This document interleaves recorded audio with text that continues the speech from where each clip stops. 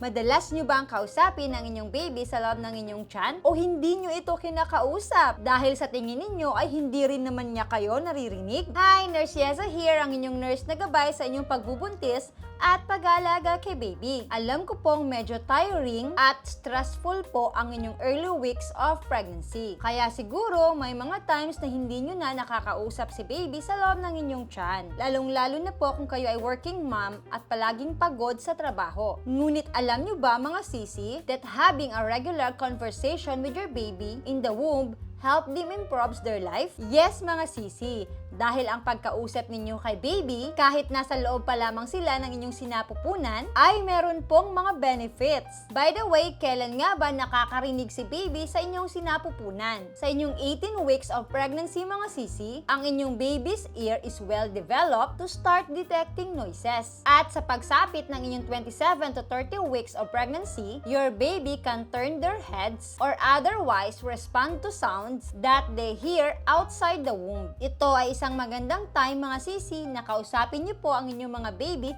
sa loob ng inyong tiyan dahil magre-respond na po sila sa pamamagitan ng paggalaw. Ano ang magiging benefits kay baby kung lagi siyang kinakausap ni mommy? Una, it helps in speech development. Ang pagkausap sa inyong mga baby habang nasa loob pa lamang sila ng inyong sinapupunan ay nakakatulong na makapick up si baby ng words at language na mas mabilis at nakakatulong din ito sa kanyang social skills development. Kapag naman madalas at continuous ninyong kinakausap si baby habang nasa loob pa lamang sila ng inyong tiyan hanggang sa kayo ay manganak, your baby's brain cell recollects and remembers the words. Pangalawa, establishes a sense of security. Ngayong kayo ay buntis na mga sisi ay alam ko pong lagi ninyong sinisigurado na safe po si baby sa loob ng inyong tiyan. Sinisigurado po ninyo na masustansya po ang inyong mga kinakain. Ngunit alam nyo ba mga sisi na ang palagiang pagkausap sa inyong baby habang nasa loob pa lamang sila ng inyong sinapupunan ay nakaka-build ng sense of security para sa kanila. Pakiramdam po ng inyong mga baby ay lagi silang safe dahil palagi nilang naririnig ang inyong mga boses. Kaya make sure mga sisi na kahit papano ay nabibigyan nyo po ng time ang pagkausap sa inyong baby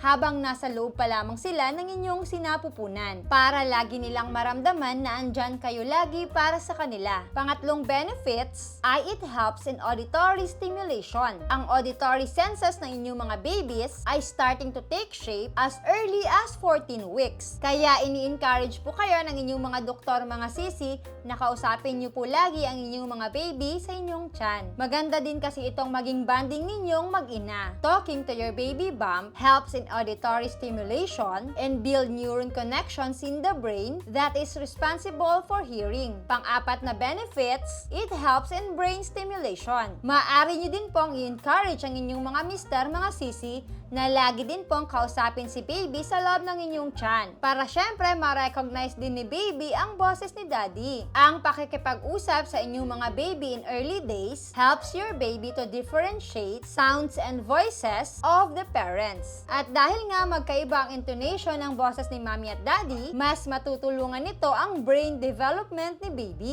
Panglimang benefits, your baby feels more comfortable. Kapag na-familiarize na ni baby ang inyong boses mga mommy, mas magiging comfortable sila lalo na sa mga times na malikot sila. May mga babies kasi mga mommy na nagiging calm sila kapag naririnig nila ang boses ng kanilang mommy. Naalala ko dati mga sisi nung ako po ay buntis, kapag may mga times na sobrang likot po ni baby, ay kinakausap ko lang po siya at yun napapansin kong nagiging calm na din siya. Basta ako mga sisi, naniniwala talaga ako na may big difference po talaga kapag lagi ninyong kinakausap si baby sa loob ng inyong tiyan. Kasi kahit 'di ba hindi pa kayo nakikita ni baby, ay mararamdaman mo talaga na merong special bond sa inyong dalawa. Ano naman ang magiging benefits para kay mommy kapag lagi-lagi niyang kausap si baby? Una, it helps to know the wellness of the baby in the womb. Kapag lagi po ang kinakausap ni mommy si baby sa loob ng kanyang tiyan, ay mas malalaman at masusukat niya ang fetal well-being ni baby. Mararamdaman niyo po kung tulog o stress si baby sa loob ng inyong tiyan. Pangalawa, it helps in parental skill development. Maaring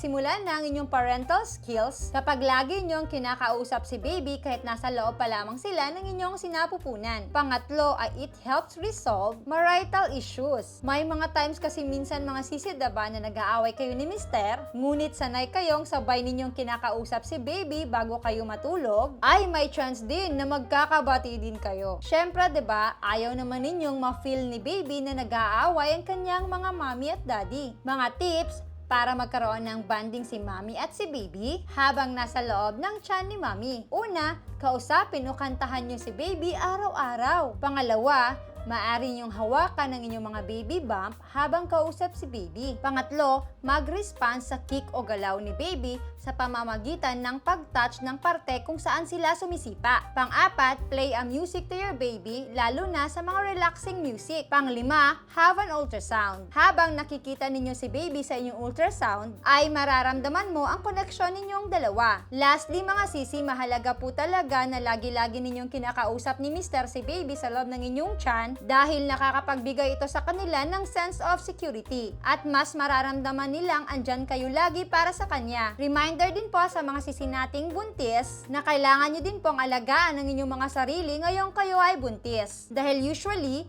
a healthy mother is more likely to have a healthy baby, and taking good care of your body is a good way to give birth to a healthy baby. Again, ako po si Nurse Yeza, ang inyong nurse na gabay sa inyong pagbubuntis at pag-aalaga kay baby. Naway magkaroon po kayo na isang healthy at safe na pagbubuntis.